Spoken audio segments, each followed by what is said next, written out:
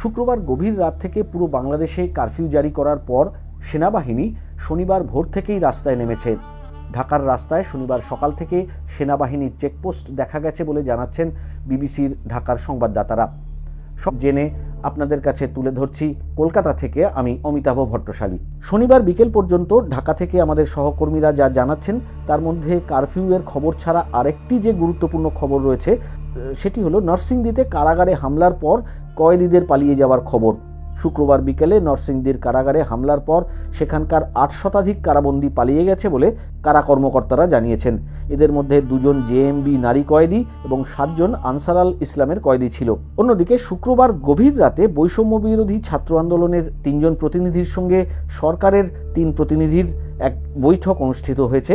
যদিও রাষ্ট্রীয় অতিথি ভবন পদ্মায় অনুষ্ঠিত ওই বৈঠক থেকে কোনো সুনির্দিষ্ট ঘোষণা বা সিদ্ধান্ত আসেনি। এই সময় শিক্ষার্থীরা সরকারের কাছে 8 দফা দাবি উত্থাপন করেন। গণমাধ্যমকে তারা জানিয়েছেন যে এই 8 দফা দাবি মানলেই কেবল কোটা সংস্কারের 1 দফা দাবি নিয়ে আলোচনা করতে সম্মত হবেন তারা। আবার রাতেই বৈষম্য বিরোধী ছাত্র আন্দোলনের অন্যতম কেন্দ্রীয় সমন্বয়ক নাহিদ ইসলামকে আটক করা হয়েছে বলে জানা যাচ্ছে।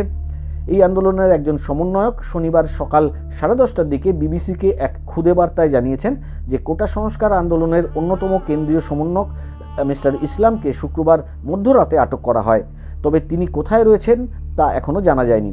অন্যদিকে গণ অধিকার পরিষদের সভাপতি নুরুল হক নূর এবং বিএনপি নেতা নজরুল ইসলাম খানকেও আটক করা হয়েছে বলে জানা যাচ্ছে। এখনও পর্যন্ত এগুলোই গুরুত্বপূর্ণ খবরাখবর।